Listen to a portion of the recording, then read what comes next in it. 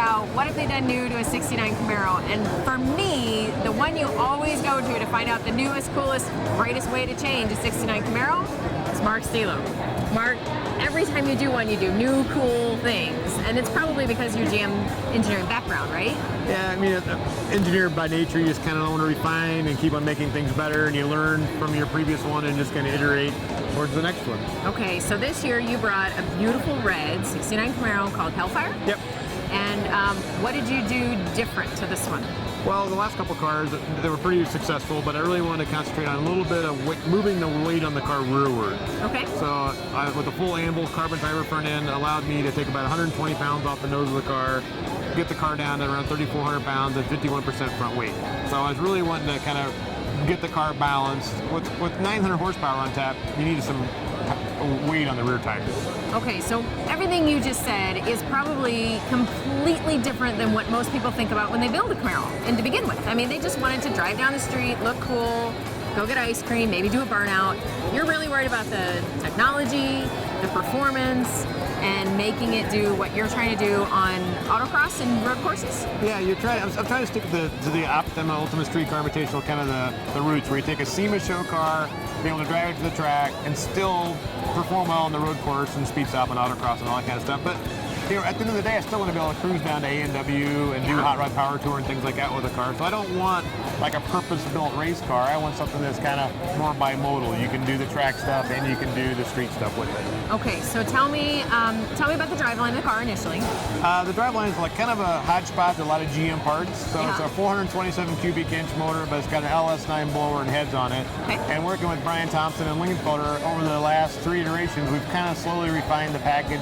So now we're up to 953 horsepower and 970 foot-pounds of torque. But the thing idles at 750 RPM. Wow. And just thunders, you know, it just really rips and goes. So I'm really, the LS package has really matured and evolved to the point where I think it's really the go-to engine right now.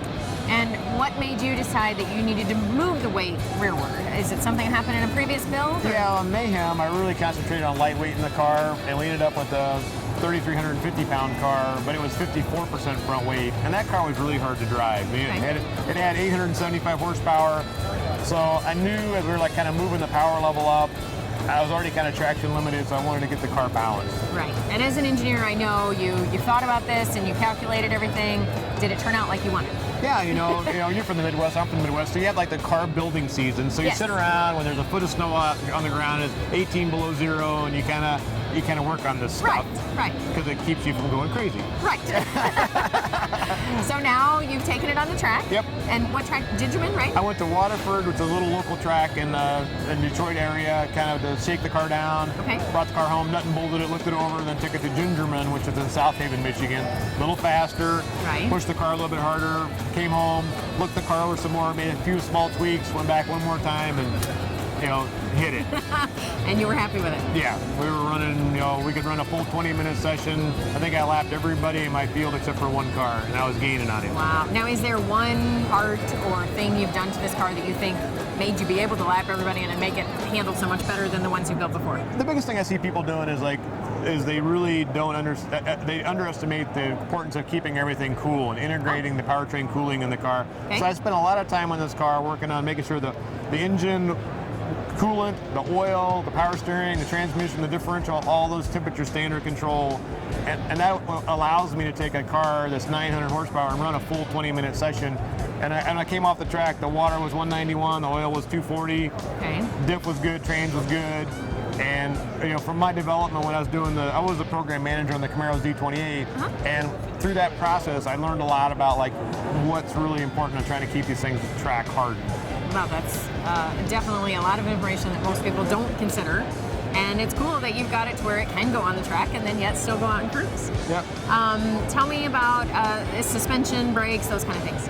It's all Detroit Speed stuff. And the amazing stuff about all the stuff from the Detroit Speed guys is I pretty much put it all together. I went to my old notes from what I had set up on Red Devil. I put that whole setup on the car, literally clicked the shocks to the same settings, went out, boom, we're good to go. Good. With the 120 pounds ladder on the nose, I made a couple small tweaks to the spring rates between one track test to another, a couple clicks on the shocks.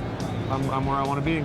Okay, so that brings up a good point. To try to help people who are trying to get into the autocrossing and the road racing, you, I guess, went to the track and you knew that, well, the way that it's shaped and the way that it's going to flow, you got to do these things to the shocks and things. Is that just your knowledge, or do you learn that by taking the car out there, feeling how it does, and then you start changing things? I mean, it started off like, when I was 16 years old, I started autocrossing. I got cones, I went out and then started just driving stuff. And driving is like learning how to play a musical instrument. You just got to do it. You got to practice. Some people are natural talents and they do it real quick. Yeah. Other people have to go out and really practice. But like a musical instrument, if you don't practice the piano, you're going to lose the skills. Yep. So people need to keep sharp. They need to go out and practice and refine their craft. Right.